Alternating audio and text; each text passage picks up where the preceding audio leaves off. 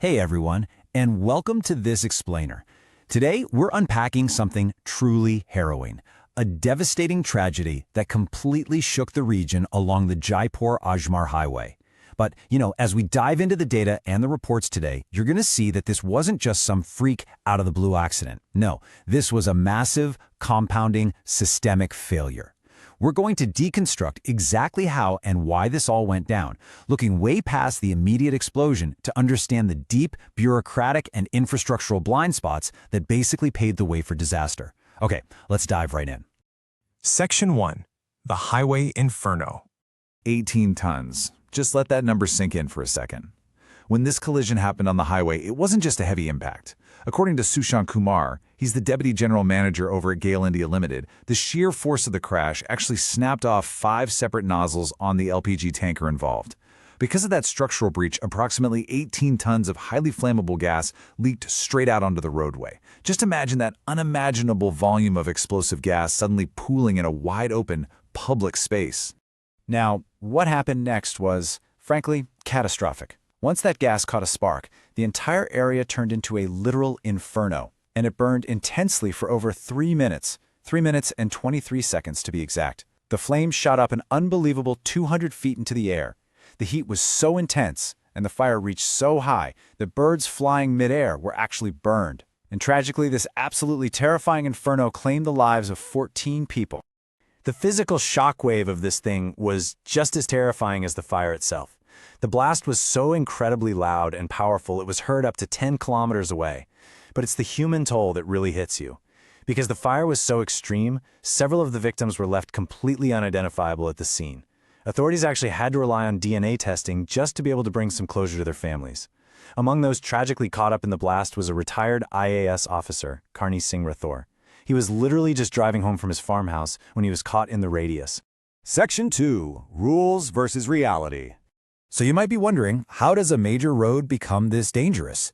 Well, the official National Highways Authority of India, the NHAI, has very clear safety guidelines. To maintain highway speed safely, cuts or breaks in the road divider are only supposed to be placed every 2 kilometers, right? Makes sense.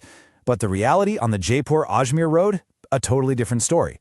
Cuts were being made at just 700-meter intervals.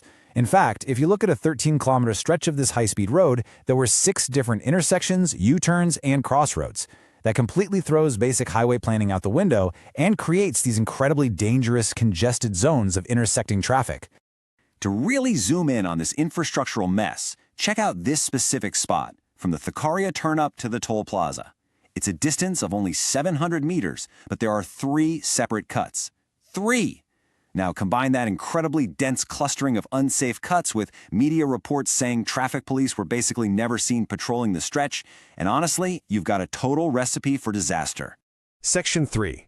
A chain of negligence. Let's look at the timeline here, because it's crucial. Back in November 2020, authorities opened this specific cut temporarily just to help move traffic for the ring road while they built a nearby Cloverleaf interchange. The strict official plan was to close this cut by March 2023 as soon as that Cloverleaf was ready. But, as you can probably guess, the Cloverleaf project got delayed. And because it was delayed, they just left the temporary cut open. And here is the really frustrating part. Local residents had been complaining to the administration about this exact spot for a long time. They warned officials that minor accidents were happening there all the time. But those warnings? Ignored. The cut stayed open well past its expiration date. And eventually, this tragedy struck. But wait, the open cut wasn't even the only failure here. Look at this wild list of missing safety features at this exact location. First off, and this is shocking, this highly dangerous cut was right in front of a school, yet there were 0 signboards warning drivers. The traffic lights at this huge intersection? Broken. And there were absolutely no speed breakers. A lot of the reporting emphasizes that if there had just been simple speed breakers installed on either side of the cut, cars would have been forced to slow down, and this horrific collision could probably have been avoided altogether. Now, what adds a whole other layer of crazy to this is who actually uses this road. This wasn't some quiet, rural back road in the middle of nowhere. Reports point out that this is a major, prominent route used by high-profile VIPs, including the Deputy Chief Minister of Rajasthan. His route from home to the assembly goes right through here, and he's even reportedly faced traffic jams on this very stretch.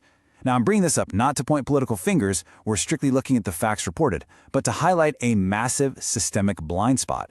Even when a highway is heavily used by top government officials, critical safety upgrades and basic traffic management can still completely fall through the cracks. Section 4. The investigation begins. So, where are we now? Right now, if you look at the media, you're seeing a ton of finger-pointing. Different government departments and officials are all kind of shifting the blame onto each other for these massive oversights. But to cut through all that noise, a special investigation team, an SIT, has officially been formed. Their job is to do a deep, comprehensive dive into the site, the protocols, all the failures, and submit a full report straight to the higher authorities. And the judicial system? Oh, they are paying very close attention. The Jaipur High Court stepped in and raised a really pointed question. They asked, why shouldn't action be taken against negligent, guilty officers? The courts are looking way past just the drivers involved in the crash and pointing right at the administrative responsibility. If rules were ignored, if U-turns were left in unsafe spots, and if repeated public warnings were brushed off, the court is saying there has to be accountability at the top official level. Which brings us to our final and really most critical question. Will this SIT investigation actually result in real accountability for the officials who let this massive chain of failures continue? This tragedy has completely ripped the Band-Aid off the massive gap between safety rules on paper and the deadly reality on these highways. Will the horrific loss of 14 lives finally be the wake-up call that forces a real, systemic fix to how highways are managed? Ultimately, that's the biggest takeaway from this explainer today. The absolute necessity of demanding that infrastructure prioritizes human life over bureaucratic laziness. Thanks so much for joining me to unpack this tough but vital topic. Keep asking the hard questions, and I'll catch you in the next explainer.